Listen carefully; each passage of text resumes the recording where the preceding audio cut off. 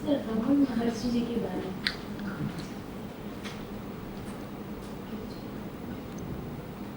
क्या आपके विचार रमन महर्षि जी?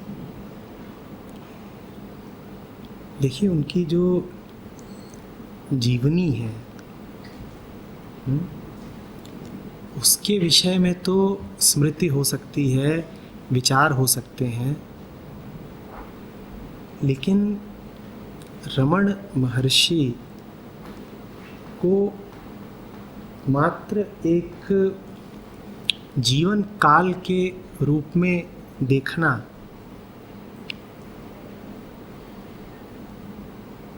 उनके सत्य से चूकने की बात होगी।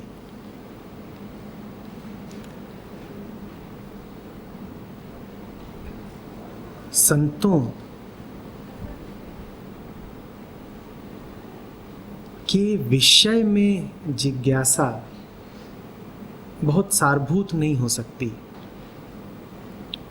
क्योंकि आप जब भी किसी संत के विषय में जिज्ञासा करेंगे, आप अधिक से अधिक ये जानना चाहेंगे कि किस क्षेत्र का था, किस संप्रदाय का, क्या कहता था, क्या उसके मत थे, किस रूप में कहता था, किनसे मिला, जीवन में क्या क्या घटनाएं घटी, और यही सब कुछ। ये सब कुछ आपका ज्ञानवर्धन तो कर सकता है, पर आपको शांति नहीं दे सकता। मात्र ये जान लेना कि ये व्यक्ति कब पैदा हुआ था, किस मंदिर में रहता था, कैसे आश्रम की स्थापना की, किन कृतियों का लेखक बना, किन लोगों से मिला जुला, क्या वक्तव्य कहे, काफ़ी नहीं है। तो कभी भी संतों के या गुरु के विषय में जिज्ञासा नहीं ही करनी चाहिए। हालांकि जिज्ञासा उठेगी मन में, मन जानना चाहता है। ये मत जानिए कि उसका व्यक्तित्व कैसा है, वो बहुत काम की बात नहीं है। मत पूछिए कि उसने किसी मौके पर क्या कहा, मत पूछिए कि वो क्या खाता है, क्या पीता है, क्या उसके दोस्त हैं, विवाहित है या नहीं, कितना कमाता है, किसी विषय पर उसके मत क्या हैं। ये बातें काम की नहीं हैं। हालांकि ऊपर ऊपर से देखने पर यही बातें आकर्षक और उपयोगी दोनों लगती हैं। मैं आपसे कह रहा हूँ, आकर्षक लगती हैं पर अनुपयोगी हैं। इससे आपको कोई फ़ायदा नहीं हो पाएगा। बहुत लोग हैं जो ज्ञान के तौर पर, इतिहास के तौर पर आपको दुनिया के तमाम संतों के बारे में बहुत कुछ बता देंगे। आप उनसे पूछिए कि चैतन्य महाप्रभु, आपने कहा नहीं कि वो पूरा इतिहास उड़ेल देंगे। आप उनसे यूरोप के किसी संत का नाम ले दीजिए, आप बोलिए सेंट फ्रांसिस, वो सेंट फ्रांसिस की पूरी कथा बाँच देंगे। आप उनसे कहिए चुआंगजू, वो चुआंगजू के बारे में आपको वो भी बता देंगे जो कहीं उपलब्ध ना हो। उससे क्या हो गया? वो चैतन्य हो गए, वो सेंट फ्रांसिस हो गए, उन्हें चुआंगजू छू गए। क्या हो गया उससे? लेकिन हम ये जिज्ञासा करते ही हैं, और करते ही नहीं हैं, हम इस जिज्ञासा के आधार पे बड़े बड़े निर्णय भी ले लेते हैं। हम ये भी घोषित कर देते हैं कि देखो उन्होंने ऐसा किया, इस कारण वो महापुरुष हैं। हम यहाँ तक कर डालते हैं कि देखो उन्होंने ऐसा किया, इसीलिए हमारे लिए भी यही करना अनुकरणीय है। हम कहते हैं देखो हमारे अवतार थे, हमारे संत थे, हमारे पैगंबर थे, ऐसे मौक़ों पर उन्होंने ये वचन बोले, और उनके सामने जब ऐसी स्थिति आई तो उन्होंने उसका ये उत्तर दिया। तो इससे ये सिद्ध होता है कि आगे भी जब किसी के जीवन में ऐसी स्थिति आए तो उसे भी ऐसा ही करना चाहिए। हम उदाहरण के तौर पे, आदर्श के तौर पे इस्तेमाल करने लग जाते हैं संतों को, महापुरुषों को। ये हमने बड़ा अनर्थ कर डाला। क्या एक रमण महर्षि किसी और को देख करके अपना आचरण तय करते थे? क्या किसी कृष्ण ने अपने पहले के किसी कृष्ण की नकल करी है? क्या बुद्ध कुछ ऐसा कर या कह रहे थे जो किन्हीं अन्य बुद्धों ने उन्हें सिखाया था? संत होने का अर्थ ही होता है पूर्णतया मौलिक होना। मौलिकता समझते हैं? गहरी निजता, संपूर्ण नवीनता। और नवीनता का मतलब देखिए ये भी नहीं है कि आप कुछ ऐसा करेंगे जो पहले किसी ने नहीं किया है। मुझे गलत मत समझिएगा। नवीनता के नाम पे हम ये समझ लेते हैं कि अगर आज तक सब लोग 8 दिशाओं में गए हैं तो मैं 9वीं दिशा में जाऊंगा। नवीनता का ये मतलब नहीं होता। नवीनता का मतलब होता है अपने भीतर जो नव केंद्र है, ऐसा केंद्र जो पुराना नहीं है, जो प्रतिक्षण नूतन है, जो इसी क्षण में है और इस क्षण के बाद नहीं है, या कि जो समय के पूर्णतया बाहर का है, मैं उससे संबंधित हूं। संत न तो वो दोहराता है जो उसके पहले के किसी और ने कर रखा है, और न ही उसे वो दोहराने से परहेज होता है जो उसके पहले किसी और ने कर रखा है। आप ये सोचोगे कि वो किसी परंपरा का हिस्सा है, आप धोखे में हो। आप ये सोचोगे कि वो समस्त परंपराओं का विरोधी है, तो भी आप धोखे में हो। वो वही कर रहा है जो उसके माध्यम से होना चाहिए, लेकिन हम वो नहीं करते। संत किसी और को नहीं देखता, हम संत को देखना शुरू कर देते हैं। संत की कोई विशेष रुचि नहीं होती ये जानने में कि दुनिया क्या कर रही है। हमारी रुचि संत में ही हो जाती है। और बड़ी बड़ी पुस्तकें लिखी गई हैं संतों के बारे में। दुनिया की तमाम पुस्तकालय भरे हुए हैं और शोध चलता है। कोई तय करने की कोशिश कर रहा था कि वास्तव में कृष्ण हुए थे कि नहीं। अभी आजकल भी अनुसंधान चल रहा है कि द्वारका नगरी कहाँ थी और कहाँ नहीं थी। किन्हीं बहुत पहुंचे हुए शोधकर्ताओं ने तो द्वारका के अवशेष भी निकाल लिए समुद्र से। तो बोले यहाँ थी, देखो। तुम्हें क्या मिल जाएगा द्वारका का होना या न होना सिद्ध करके? तुमने सिद्ध कर लिया कि द्वारका थी तो तुम कृष्ण हो गए। तुमने सिद्ध कर लिया कि द्वारका नहीं थी तो तुम्हारे भीतर का कृष्णत्व तो विलीन हो गया।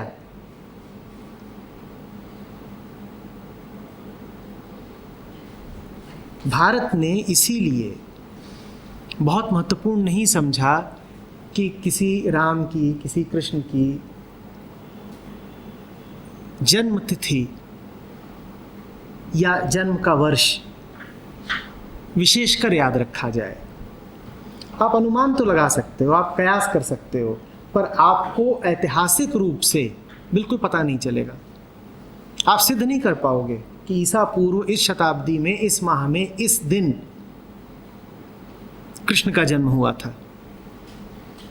और ऐसा नहीं है कि समय रखने की कला या समय का विज्ञान या गणित भारतीयों को उपलब्ध नहीं था, सब कुछ था। आप विक्रमी संवत जानते हैं, आप शक संवत जानते हैं, टाइम कीपिंग आती थी लोगों को, पर उस चीज से उन्होंने महापुरुषों को मुक्त रखा। समय के भीतर उनको लेकर के नहीं आए, उनका काल नहीं तय करना चाहा। उनके जीवन की घटनाएं भी इस रूप में बताई कि जैसे परी कथाएं हों, तथ्य रूप में सामने नहीं रखी। कह दिया कि कृष्ण ने अपनी छोटी उंगली पर गोवर्धन उठा लिया था। अब जानते हो आप कि नहीं होगा ऐसा, पर तथ्यों के भीतर सत्य को बांधने की कोशिश ही नहीं की। पता था उनको कि सत्य तुम्हारी कल्पना के बाहर की बात है। तथ्य बंधे बधाए होते हैं, सीमा में होते हैं, सत्य असीमित है, इसीलिए तथ्य रूप में सत्यों को पेश ही नहीं किया। कुछ उड़ती उड़ती सी कहानियों के रूप में रखा, धुंधली सी, स्वप्नवत, जैसे दिखाई दे भी रहा हो और न भी दिखाई दे रहा हो, जैसे कुछ आधा विश्वसनीय हो और बाकी अविश्वसनीय हो, ऐसे बताया गया। उस सब का अर्थ समझिए। उस सब का अर्थ यही है कि जो भी कुछ वास्तविक है उसके बारे में तथ्यपरक अनुमान मत लगाओ, इशारे कर दो। कह दिया तुमने यदि कि किसी राम की जन्म तिथि ये है, तो उस दिन से तुमको राम को ठीक उसी तरह देह मानना पड़ेगा जैसे बाकी देहें जन्म लेती हैं। तुमने कह दिया कि ये रहा जीवन काल कृष्ण का, तो तुमको कृष्ण को उसी तरीके से एक व्यक्ति मानना पड़ेगा जिस तरीके से बाकी व्यक्ति होते हैं जिनका सीमित जीवन काल होता है। कृष्ण वो जो न जन्मे न मरे। रमण महर्षि को भी आपको उसी तरह देखना चाहिए। उनके विषय में क्या बोलें, समझ रहे हैं बात?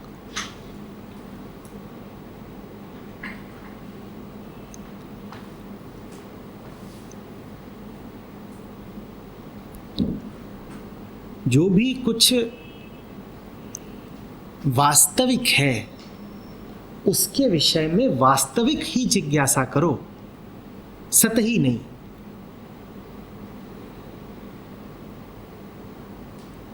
ये कोई पूछने की बात नहीं होती है कि कोई क्या खाता था, क्या पहनता था, कहाँ आता जाता था, किससे मिलता जुलता था, कब सोता था, कब उठता था। अरे उसका सार देखो, उसके जीवन की घटनाएं नहीं, उन घटनाओं के पीछे का सत्य देखो, वो आवश्यक है। ऊपर ऊपर का देखोगे तो ऊपर ऊपर में ही उलझ के रह जाओगे। कहोगे अच्छा रमण महर्षि कौन? ये जो देह है। तो ठीक है, हम रमण महर्षि के अनुयायी हैं तो हम क्या करेंगे? हम उन्हीं की तरह कपड़े पहनेंगे। अब ये तुमने बड़ी छलांग मारी कि रमण महर्षि का शिष्य होने का मतलब है कि ऐसे चट्टान पे बैठ जाओ और हाथ में डंडी ले लो।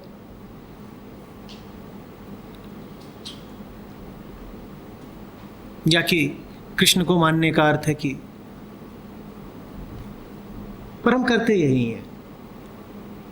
चूंकि हमें गहराई का कुछ पता नहीं होता, इसीलिए जो कुछ सतह पर है हम उसकी नकल उतार लेते हैं। हम कहते हैं कि हमारा गुरु था, हमारा मसीहा था, उसकी दाढ़ी थी लंबी, तो हम भी दाढ़ी रखेंगे। क्या हो जाएगा उससे?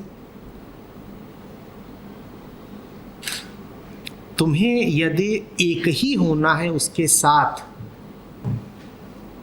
तो उसके भीतर की निर्मलता से एक हो जाओ ना, उसकी निर्दोषता से एक हो जाओ। तुम उससे तो एक हो नहीं पाते, तो तुम किससे एक होना चाहते हो? उसके रूप से, उसके आकार से।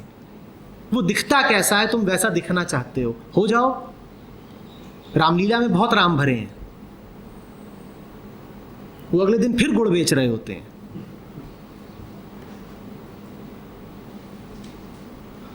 रामलीला का राम होना चाहते हो? रामलीला के राम को राम का एक एक संवाद पता है, ये समझ लेना। राम भूल भी गए होंगे, इसको पता है, इसको राम के विषय में सब पता है। इसे वो तक पता है जो राम को भी नहीं पता, सब जानता है। राम के विषय में जानने से क्या हो जाएगा?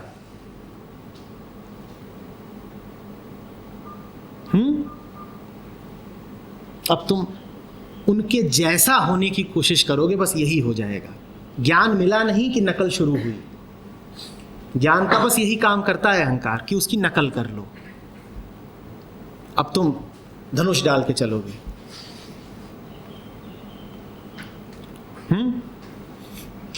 हाँ, धनुष डाल के गुड़ बेचोगे,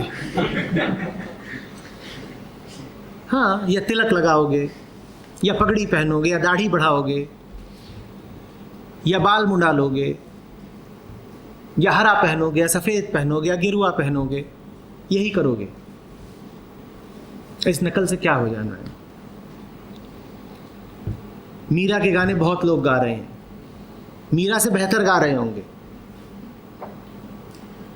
मीरा नहीं हो गए। बुल्ले शाह की धूम है, आप जाइए इंटरनेट पर, बुल्ले शाह लिखिए, देखिए कितने लोगों ने गा दिया। बुल्ले शाह तो इतने सुर में कभी गाते भी ना होंगे। बुल्ले शाह के गाने में तो फिर भी कुछ ऊंच नीच, कुछ ऊबड़ खाबड़ होगा, क्योंकि उनका ध्यान ही नहीं होगा राग पे, लय पे और सुर पे और ताल पे। उनका दिल तो कहीं और है। ये जो गा रहे हैं ये बिल्कुल उत्कृष्टता के साथ गा रहे हैं, परफेक्शन। ये व्यवसायिक रूप से गायक हैं। समझ रहे हैं बात को? ये होता है जब आपको ज्ञान बहुत हो जाता है। बहुत हैं जो रटे बैठे हैं,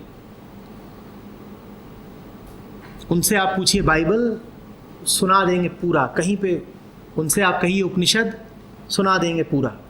उनसे आप कहिए कुरान,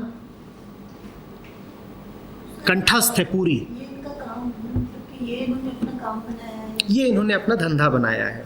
तो फिर मतलब कुछ काम तो करेंगे इसलिए, क्योंकि इन्होंने ये काम बनाया है। देखिए, सत्य धंधा नहीं हो सकता, और जिस क्षण आपने उसको धंधे की तरह लेना शुरू कर दिया, उस क्षण आप वही कर रहे हैं जो आप 5वीं, 6ठी, 10वीं, 12वीं में स्कूल में किया करते थे कि रट लो ताकि नंबर मिल जाए, रट लो ताकि लाभ हो जाए। उपनिषदों के श्लोक लाभ के लिए नहीं रटे जाते, वो दिल में उतर जाते हैं और विलुप्त हो जाते हैं। उपनिषद खुद कहते हैं कि जब हम अपना काम कर दें उसके बाद हमें याद मत रखना, और कोई उन्हें याद ही रखे हुए है और याद ही रखने को अपना धंधा बनाए हुए है, इसका अर्थ यही है कि वो उपनिषदों से बहुत बहुत दूर है। कबीर किसी दूसरे की उक्तियों की दुहाई देते थे। कबीर जो बोल रहे हैं वो कबीर है। कबीर जो बोल रहे हैं वो उपनिषदों का दोहराव नहीं है। कबीर के मुंह से कबीर व्यक्त होते हैं, एकदम नया है सब।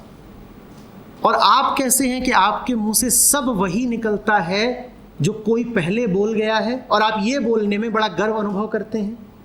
आप कहते हैं मैं तो बड़ा ज्ञानी हूं, देखो मुझे सब पता है। अरे तुम्हें क्या पता है?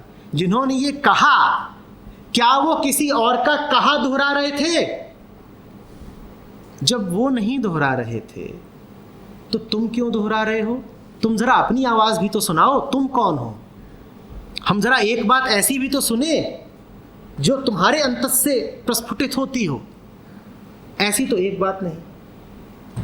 हाँ, ज्ञान बहुत है तुमको, वो ज्ञान सत्य ही है, किसी काम का नहीं है। वो ज्ञान बल्कि हानिकारक है, जहर घोलेगा। सर एक बात और आती है कि जैसे सत्य है कि हम अपनी प्रकृति भी छूटी करें, और सत्य को यही जैसे जो सत्य की काम जो हमारे है, ताल्लुक भी कुछ भी कर सकते हैं उसको, कि हमारे साथ हम कर रहे हैं, हम बिना ये इच्छा भी कर रहे हैं, कुछ भी कर रहे हैं। एक इनकम के लिए बिजनेस करते हैं कई लोग, क्वेश्चन मिले हुए हैं, तो बिजनेस जैसे किया किसी ने पैसे कमाने के लिए, और वो ये सोचे कि हाँ मैं ये काम कर रहा हूँ, मेरी इच्छा से कर रहा हूँ, वो तो अपने आप आएगा, पैसा मुझे चला नहीं रहा, चल रहा है मेरा काम। तो हर कोई इंसान, मतलब सभी लोग ऐसा सोचें तो चल सकता है, लेकिन हाँ कितने लोगों में इतनी ऑनेस्टी और इतनी वो है, मतलब शक्ति, पावर जिसे कहते हैं, वो नहीं हम कर सकते। तो मतलब वो चीज़ एक इसको आप जितना ज़्यादा दूसरे लोगों की ओर देखेंगी उतना ज़्यादा आप अक्षम रहेंगी अपने भीतर की उस शक्ति को जागृत करने में। वो शक्ति दबी ही इसीलिए रहती है क्योंकि आप दूसरों की ओर ज़्यादा देखते हैं। आपके भीतर यदि कोई अंतः प्रेरणा उठ भी रही है, बिल्कुल आपकी निजी, तो भी जहाँ आपने ये हिसाब लगाने की कोशिश की कि कितने दूसरे लोग हैं जो मेरे वाले रास्ते पे चलेंगे, तहाँ आपकी आग बुझ जाएगी। अपनी ऊर्जा को, अपनी आग को बुझाने का इससे बढ़िया तरीका नहीं हो सकता कि दूसरों की बाट जोहते रहो, देखते रहो कि दूसरे भी चले तो मैं चलूँगा। दूसरे चलेंगे नहीं, क्योंकि सबकी अपनी अपनी दिशाएं हैं। तो नहीं चलेंगे सर, वो तो नहीं चलेंगे, क्योंकि वो काम है। अगर दूसरे नहीं चलेंगे, हमने चलना है, लेकिन सभी लोग नहीं कर सकते शायद ऐसा। आपको सभी की, जब आप कहते हो सभी, तो आप किसकी ओर देख रहे हो, अपनी ओर या दूसरों की ओर? अपनी ओर भी, अपनी ओर भी देखना ही, अपनी ओर भी नहीं देखा जाता, मैं पूछ रहा अपनी हूँ। ओर ही चलो। तो जब अपनी ओर ही देखते हो तो सभी शब्द कहाँ से आया? आप हो या आप सभी हो? बार बार जब कहोगे ना कि सभी के लिए, सभी के लिए, सभी, आप अपने आप को अशक्त कर रहे हो, गलत है ना? गलत सही पता नहीं, पर कष्टप्रद जरूर है।